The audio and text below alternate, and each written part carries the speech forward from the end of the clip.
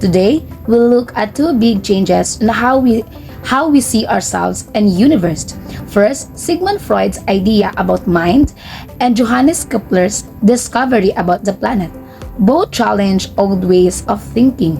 Throughout history, a few great minds have dared to challenge the way we see the world. And so, in doing so, we've changed it forever. Imagine a time when people believed that the earth was the center of everything, or the woman believed how through the purely logical conscience. Then came from two revolutionary thinkers, Johannes Kepler, who redefined our place in the cosmos, and the Sigmund Freud, who uncovered hidden depths within the human mind. Their ideas shocked the foundations of science, philosophy, and even the everyday life.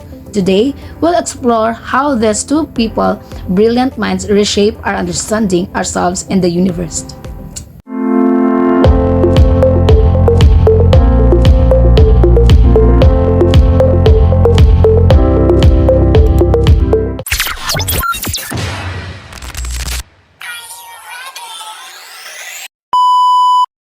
Our exploration centers around Sigmund Freud, the father of psychoanalysis, whose revolutionary ideas transform our understanding of ourselves and our minds. Freud introduced the concept of the unconscious mind, a receiver of repressed desires and memories that influence our thoughts and behaviors. So this challenged the traditional view of human rationality. Imagine an iceberg. So the visible tip represents our conscious mind, while the vast, submerged part symbolize the unconscious.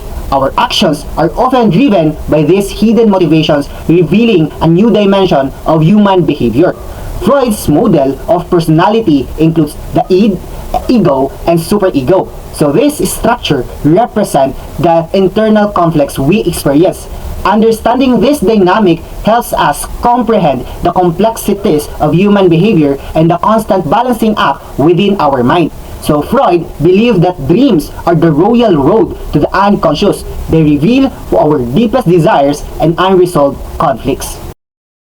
Freud believed our minds have part we don't even know about, the unconscious. So this is the hidden part of your mind where memories and desires you're not aware of are stored. Think of it like an iceberg. So the small tip above the water is what you know, but the huge part below the water is the unconsciousness. So for example, you might fear dogs but don't remember being bitten as a child, so that memory is buried in your unconscious. Freud also introduced the idea of id, ego, and superego, three parts of your mind that shapes how we think and how we feel. So first is id. This part wants what it wants right now, or the instant pleasure. So think of it like a toddler who only cares about fun and comfort. So for example, you see a cake and immediately want to eat it, even if it's not yours.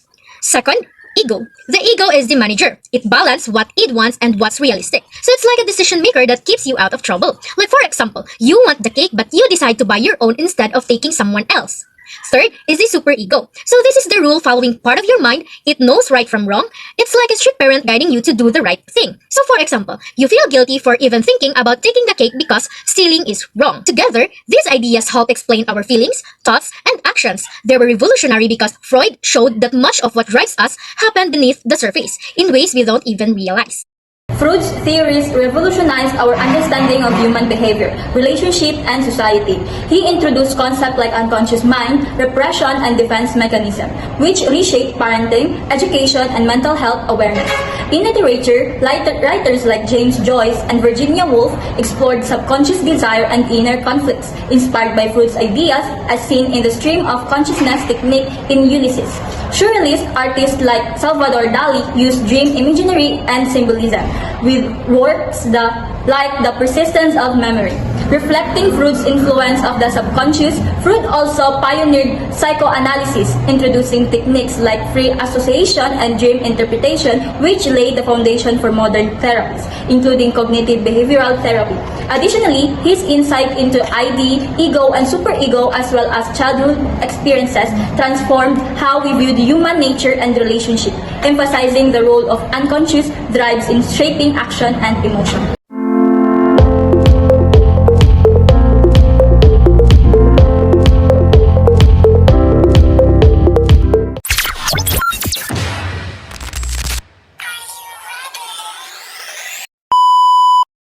Ancient and medieval times, people widely believed that the Earth was the center of the solar system.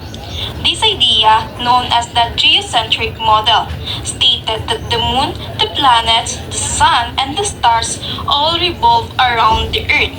This model was notably supported by the astronomer Claudius Ptolemy. However, Johannes Kepler challenged the geocentric model. He studied the orbit of Mars and discovered that its path was not a perfect circle but an ellipse.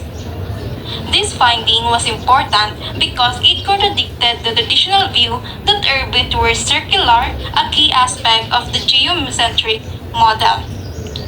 Kepler shifted to the heliocentric model, which placed the Sun at the center of the solar system.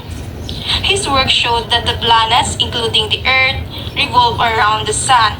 Despite his groundbreaking discoveries, the Church was skeptical of Kepler's heliocentric theory. At that time, the Church interpreted certain Bible passages as suggesting that the Earth was stationary at the center of the universe. Kepler's law revolutionized astronomy, shifting our view from an Earth center, which is a geocentric, to a Sun center, which is a heliocentric universe. His precise mathematical description of planetary motion, elliptical orbits, varying speeds, and the harmonic relationship between orbital period and distance disproved earlier, less accurate models. This move towards a mathematically predictable cosmos diminished the anthropocentric ideas of humanity's central place, paving the way for a more objective, scientific understanding of the universe. Kepler's work was a crucial step towards the modern scientific worldview.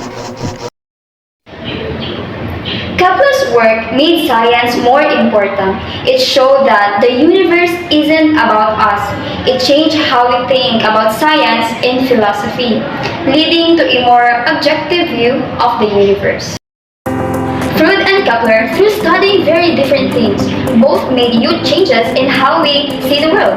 Freud helped us understand our minds better, and Kepler helped us understand the universe. Both show how new ideas can quickly change our view of ourselves and our place in the universe.